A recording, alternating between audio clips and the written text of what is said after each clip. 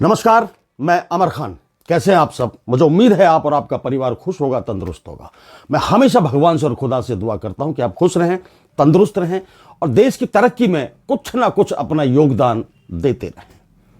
आज हम बात करते हैं एक पार्टी के, राजनीतिक पार्टी के बिगड़ैल नेता हम कह सकते हैं। वो अपनी भाषा पर कंट्रोल नहीं कर पाते हैं, मवालियों जैसी भाषा बात बोलते हैं, गुंडों जैसा व्यवहार करते हैं, जैसे अनपढ़ होते ना, अनपढ़ और जाहिल, उस तरह की भाषा बोलते हैं। आप समझ गए होंगे मैं किसका नाम ले रहा हूं। पहले भी एक बार चर्चा में आए थे, मैं सीधे सीधे आपको ले चलता हूं। वो हैं भारतीय जनता पार्टी के 10 साल तक सांसद रहे रमेश विधुड़ी। पहले वो विधायक रहा करते थे। 2014 में उनको लोकसभा का टिकट मिला और लोकसभा के टिकट से वो 2 बार लगातार जीते।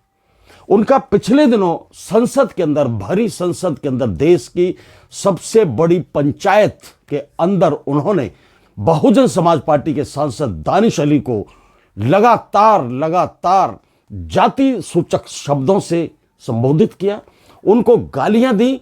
उनका जो मनोबल था वो पूरी तरह से तोड़ दिया था रमेश विधुड़ी ने। और पूरी संसद में ऐसा नहीं था कि अकेले दानिश अली उनके सामने थे, पूरी संसद वहां बैठी थी। देश के सबसे बड़े ताकतवर लोग, सबसे ज्यादा ताकतवर लोग संसद के अंदर बैठे थे।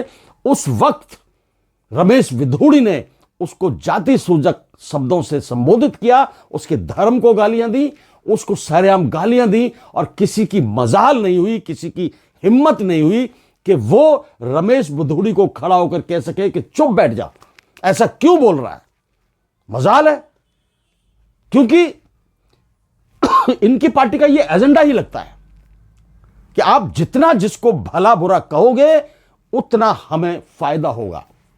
और खास तौर से मुस्लिम समुदाय के लोगों को उल्टा सीधा कहते रहो। इनको ये पढ़ाया जाता है, इनको ये लिखाया जाता है पार्टी में आने से पहले, और वो इस चीज को फॉलो करते हैं। हर आदमी करता है, गलत चीज को तो आदमी बहुत जल्दी फॉलो करता है। चलिए, 2024 का जब लोकसभा चुनाव आया तो पार्टी ने इनको टिकट नहीं दिया। ये छोटा सा इनको जिसे कह सकते हैं दंड पार्टी ने दिया था कि आपको लोकसभा का टिकट नहीं देना है। अब हमें क्या पता था कि उसके पीछे भी उनके बड़े लोगों का मकसद है पार्टी का टिकट ना देना।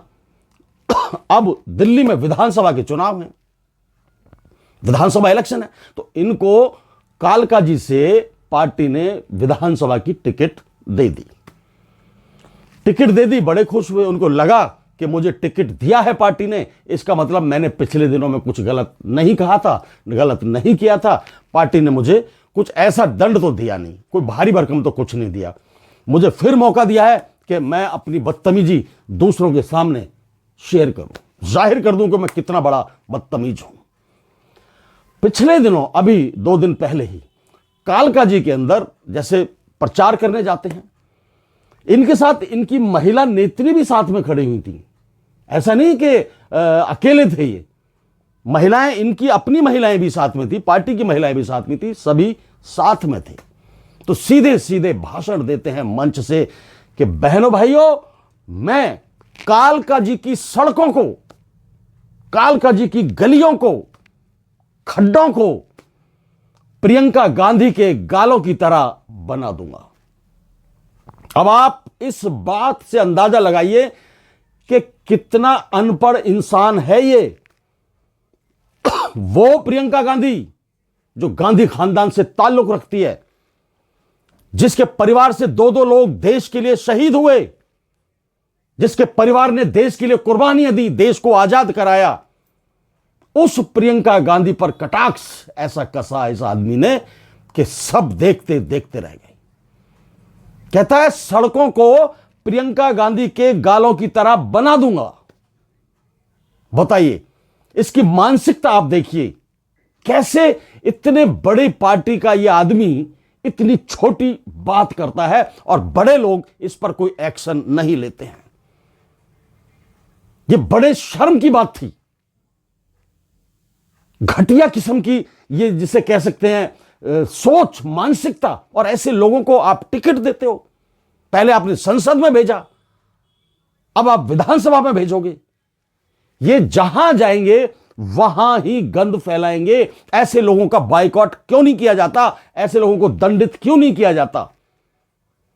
वो प्रियंका गांधी जिसके पिताश्री को देश के लिए शहीद हुए, नक्सलियों ने मार गिराया सरेआम, वो प्रियंका गांधी जिसकी दादी देश के लिए शहीद हुई, वो प्रियंका गांधी जिसके नाना जवाहरलाल नेहरू 14 साल तक जेल में रहे देश के लिए, जिन्होंने लड़कर देश को आजाद कराया। आजादी की लड़ाई में पूरा का पूरा खानदान पहुंच चुका था और पूरे पूरे परिवार ने मिलकर देश को आजाद कराने में बड़ी भूमिका निभाई।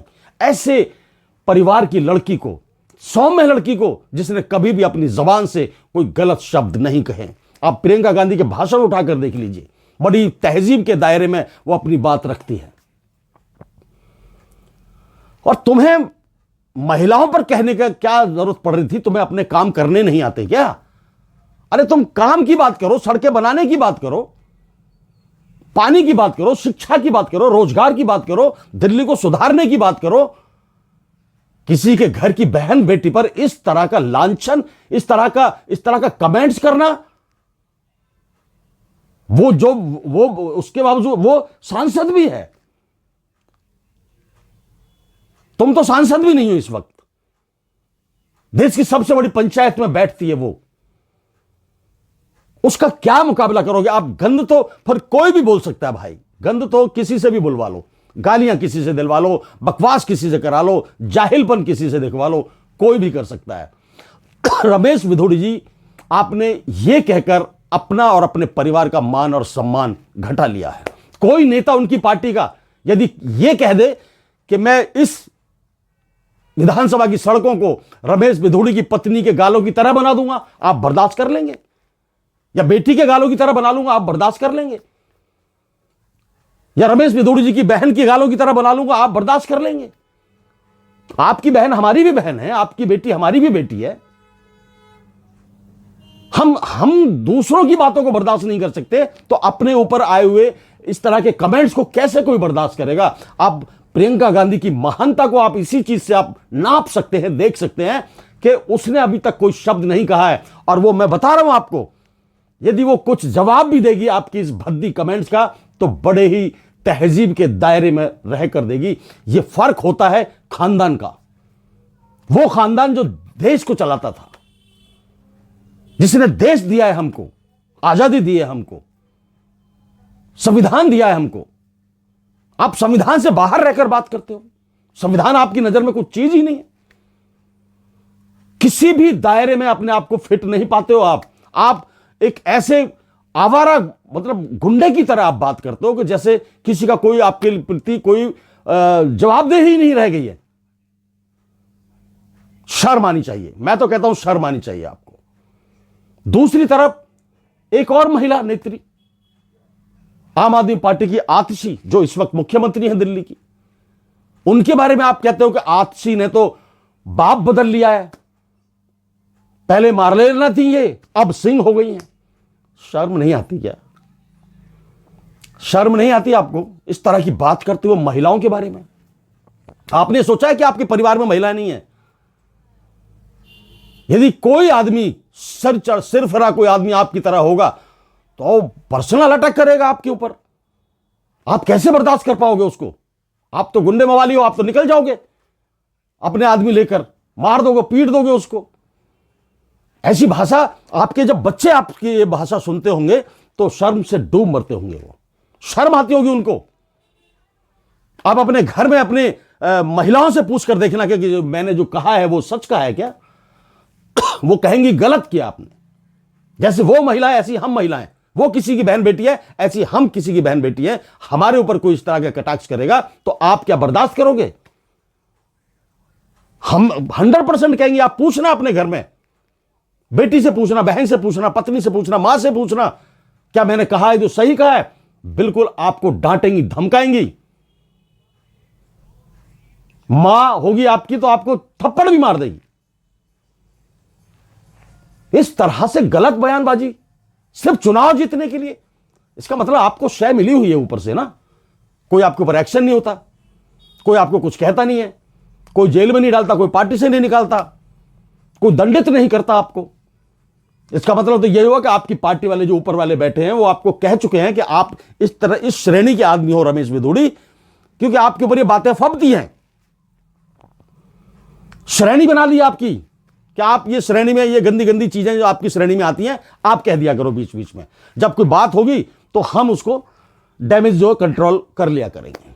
बड़े शर्म की बात है। आपको खुद ही राजनीति से संन्यास ले लेना चाहिए, संत बनना चाहिए, साधु बन जाना चाहिए, पहाड़ों में निकल जाना चाहिए। आप किसी बहन बेटी पर इस तरह की बात करते हैं तो, और वो भी उस खानदान से। मैं बार बार इस बात को कहता हूं कि उस खानदान का मुकाबला देश के अंदर कोई कर नहीं सकता, जिसने कुर्बानियां दी हैं देश के लिए।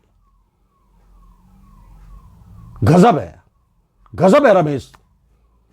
आपको, आपका उम्र दराज लगते हो, लच्छेदार बातें राजनीतिक तौर पर कर सकते हो आप, झूठे साचे वादे कर सकते हो आप, चलो कर लो, राजनीतिक आदमी हो, लेकिन गलत किसी के ऊपर नहीं करना। आपको महिला के ऊपर गलत टिप्पणी करके आपने अपने आप को खत्म कर लिया है, हर आदमी की नजरों में आपने गिरा लिया अपने आप को।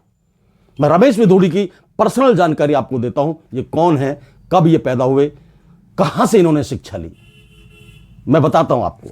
रमेश विधुड़ी का जन्म 18 जुलाई 1961 को हुआ। 2014 से 2024 तक ये सांसद रहे। पत्नी का नाम है कमला विधुड़ी और पिताश्री का नाम है रामरिख विधुड़ी, माताश्री का नाम है चरतो देवी। शिक्षा इन्होंने ली शहीद भगत सिंह कॉलेज दिल्ली और चौधरी चरण सिंह यूनिवर्सिटी मेरठ।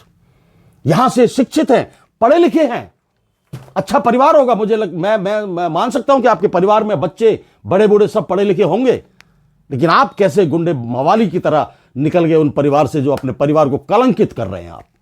आप अपनी भाषा सुधारिए, लोगों में उठने बैठने लायक बनिए, वरना कहीं आप रिश्तेदारी में भी जाओगे आपको लोग गलत नजर से देखेंगे। विधुड़ी साहब, जय हिंद, जय भारत, नमस्कार।